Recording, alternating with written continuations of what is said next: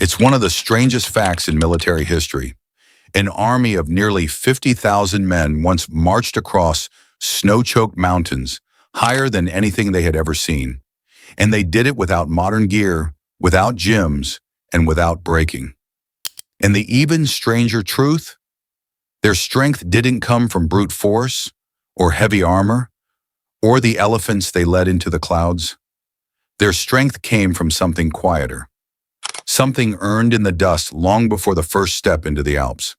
For centuries, historians have argued about how these men survived the cold, the starvation, the vertical cliffs, and the endless storms.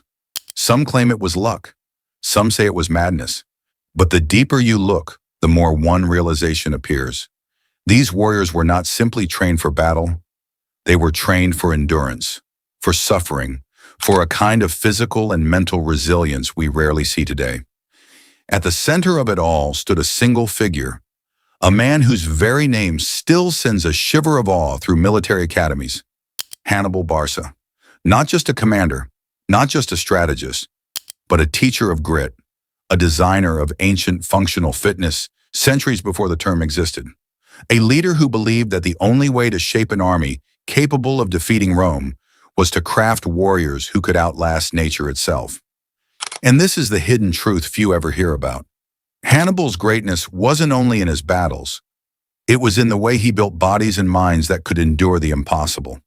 This is the story of how those men trained. The story of a daily workout with no iron, no machines, and no comfortable shortcuts. The story of how ancient calisthenics forged the world's toughest warriors, and how you today can use their forgotten methods to build a stronger, more resilient life. Before we dive into the 7 pillars of Hannibal's endurance training, imagine their world. There are no paved roads, no rubber-soled shoes, no steel dumbbells, just earth, wind, water, stone, and human willpower. The Carthaginian encampment at dawn was a symphony of grit, breath steaming in the morning air, hands rough as tree bark, backs scarred from years of carrying more than they should. Strength wasn't a hobby. It wasn't a fitness journey. It was survival, needed every hour, demanded every sunrise. Here's the part that might surprise you. The average warrior in Hannibal's army burned more calories before noon than most modern athletes burn in a full day. Their bodies weren't sculpted for aesthetics. They were shaped by necessity. Fewer injuries, greater stamina, deeper lungs, faster recovery. This brings us to the first of 7 lessons. Ancient truths that may be more useful today than ever. 1. The endurance base. The march is the muscle. The cornerstone of Hannibal's training philosophy was brutally simple. If a man could not march all day, he could not fight. Long before they crossed the Alps, Hannibal's soldiers marched distances that would break most modern trainees. 20 miles, then 25, sometimes 30, over rocks, sand, mud, forests, and not leisurely, but at a pace fast enough to keep their hearts hammering for hours. Why? Because Hannibal understood something modern science later rediscovered. The human body becomes nearly indestructible when its aerobic base is deep. Today, physiologists call this Zone 2 endurance. Low to moderate intensity effort that pushes the mitochondria to multiply, teaches the heart to pump efficiently, and trains the body to burn fat instead of burning out.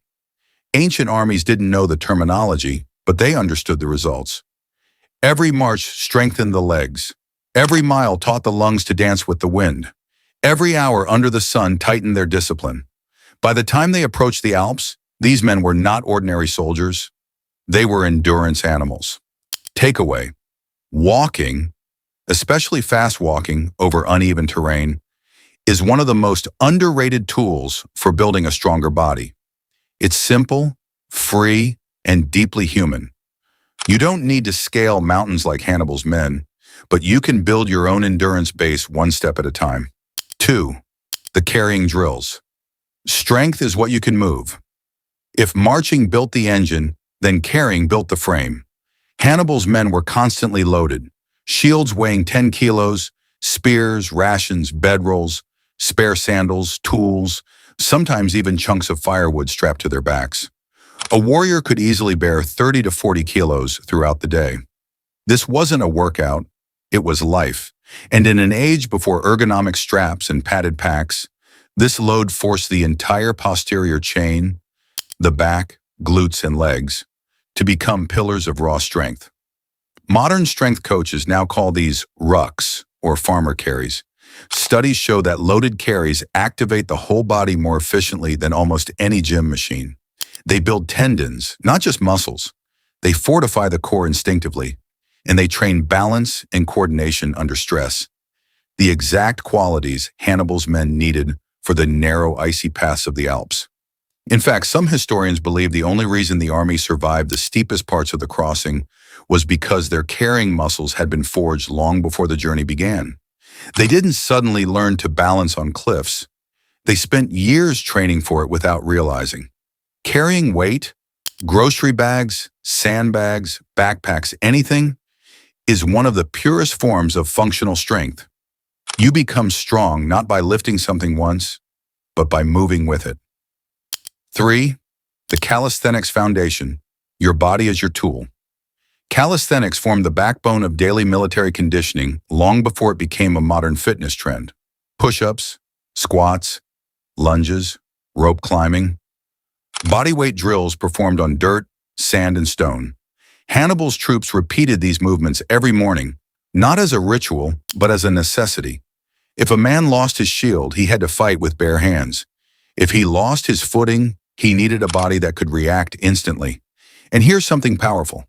Research in human performance has shown that bodyweight training develops relative strength, the kind of strength you can use anytime, anywhere, without equipment. Hannibal's soldiers didn't chase numbers. They chased mastery. A perfect squat mattered more than a heavy squat. Balance mattered more than bulk. Endurance mattered more than ego. These calisthenics sessions were often performed in high heat, low food intake, and minimal rest, conditions that built extreme efficiency in their energy systems. Modern sports scientists would call this training under load, conditioning the body to stay coordinated even when exhausted. You don't need complicated workouts. Mastering simple movements, squats, push-ups, planks, done consistently with focus, builds real usable strength. 4. The climbing and scrambling drills. The mountain decides who passes. This might be the most overlooked aspect of Hannibal's training. His soldiers were skilled climbers long before reaching the Alps. They trained on hills, cliffs, riverbanks, and rugged terrain around Iberia and North Africa. Climbing is total body coordination, hands and feet working in harmony, the core acting as a stabilizer, the breath aligning with movement. Some ancient accounts even describe warriors running up slopes with spears, training the exact muscles they would later use on snowy mountainsides. When the Alps rose before them, jagged, cold, roaring with wind, the challenge was terrifying. But the movement was familiar. Their bodies had practiced this thousands of times. The instinct to climb was already embedded into their bones. Modern science shows that climbing is one of the most efficient ways to improve grip strength, a major predictor of longevity. It also conditions stabilizing muscles that protect the knees, ankles, and lower back, the exact areas most exposed during dangerous terrain crossings. Hannibal didn't prepare his army for a hike. He prepared them for a battle against the mountain itself. Find ways to climb: hills, stairs, trails, anything. Vertical movement awakens muscles your body has forgotten and reminds you that strength is three-dimensional. 5. The cold and heat adaptation. Nature is the teacher. Most people imagine ancient training as pure physical struggle, but Hannibal understood something deeper. A warrior is only as strong as his nervous system. Temperature adaptation was a crucial part of military conditioning. In the dry heat of North Africa and Spain, soldiers trained in the midday sun to build heat tolerance. In the early mornings near rivers and mountain foothills, they trained in cold winds to condition their circulation. This ancient practice aligns with modern research on hormesis, the biological phenomenon where small doses of stress make the body stronger. Cold exposure boosts norepinephrine, sharpening mental focus. Heat increases blood plasma volume, enhancing endurance. Both stimulate resilience at a cellular level. By the time they reached the Alps, these men weren't strangers to discomfort. Their bodies didn't panic when the temperature dropped. Their minds didn't crumble when snow fell. They stepped into the cold with a warrior's calm because cold was just another teacher they had learned from. Takeaway: strength isn't built in comfort. Occasionally push yourself into gentle environmental stress, cold showers, warm walks, outdoor training, not to punish yourself, but to remind your body what it's capable of. 6. The weapon drills. Technique is endurance in disguise. Weapon training wasn't just combat practice, it was also cardiovascular conditioning. Spear drills involved explosive lunges, repeated thrusts, and fast footwork. Shield work trained rotational power and shoulder endurance. Sword practice conditioned reflexes and precision under fatigue. Minute after minute, hour after hour, the soldiers repeated movements until they became instinctive. Modern biomechanics reveals something extraordinary about this. Technical repetition under fatigue rewires the brain, optimizing neuromuscular patterns. This creates a kind of effortless strength, where a skilled warrior uses less energy than a novice for the same movement. In other words, Hannibal's soldiers didn't just become stronger, they became more efficient. Their weapons were extensions of their bodies, requiring little conscious effort. That efficiency saved energy during the brutal Alpine crossing, when every calorie counted.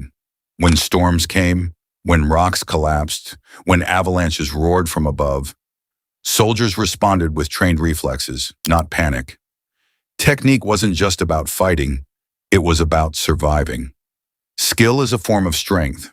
Whatever you practice, martial arts, sports, crafts, even daily tasks, do it with focus. Mastery reduces effort, freeing energy for the challenges that truly matter. 7. The mental forging. The mind finishes what the body cannot. The final and most powerful part of Hannibal's training was invisible. It wasn't done with muscles, but with the mind. Every day, soldiers were reminded that their purpose was larger than themselves. They ate together, marched together, endured hardship together. This created a sense of unity so strong that fear could not easily break it. Psychologists today call this collective resilience. Military scientists call it cohesion. Spiritual thinkers call it meaning. Whatever the name, its effect is profound. A man who believes in something can push twice as far as a man who doesn't. A tired body can be carried by a determined mind. Hannibal gave his soldiers not only skills and strength, he gave them a mission that felt worth suffering for. And here's the fascinating scientific insight. Belief releases dopamine, which reduces perceived effort and increases pain tolerance. Purpose isn't motivation, it's biology. Meaning changes what the body's capable of. So when the cliffs rose higher, when the snowfall erased the path, when elephants slipped and men died on the ice, these warriors kept going, not because they were unbreakable, but because breaking would mean betraying their purpose. Find a reason behind your effort. Any effort. A workout. A goal. A dream. A responsibility. Meaning is the true fuel of endurance. By the time they entered the Alps, Hannibal's army had already become a nation of endurance athletes. Their training had woven strength into their bones. Their calisthenics had carved resilience into their muscles. Their marches had deepened their lungs. Their unity had anchored their courage. The Alps did not make them strong. They revealed the strength they had already built. On ridges where one misstep meant death, they walked with balance mastered through years of training. In cold so sharp it cracked skin, they drew on heat and cold adaptation drilled into their bodies. On slopes where the earth itself collapsed, they used instincts born from endless climbing drills. When fear whispered, purpose answered louder. And so these men, farmers, shepherds, mercenaries, traders, became legends. Not because they were born extraordinary, but because they trained like their lives depended on it.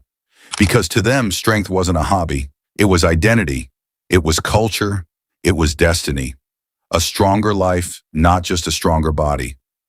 So what does this story teach us today? You're not preparing to cross mountains with war elephants. Your battles are different. Stress, health, discipline, confidence, resilience. But the principles are timeless. Walk more. Carry more. Move your body with purpose. Climb when you can. Accept discomfort as a teacher. Practice skills with focus. Protect your mind with meaning. You don't need a gym. You don't need fancy gear.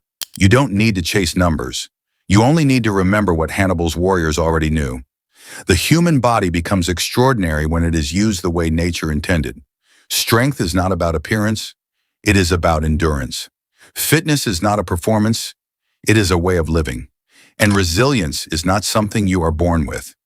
It is something you build, one day at a time. Hannibal's men crossed the Alps because they trained for hardship, not comfort.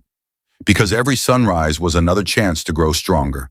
And because they carried a purpose that gave their suffering meaning.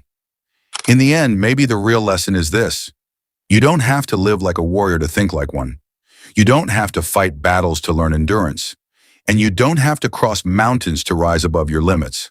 Sometimes the strongest life is the one lived intentionally, with discipline, with courage, with movement, with meaning. Live better, not just longer. Grow stronger, not just harder. And remember, you carry mountains only after you learn to carry yourself.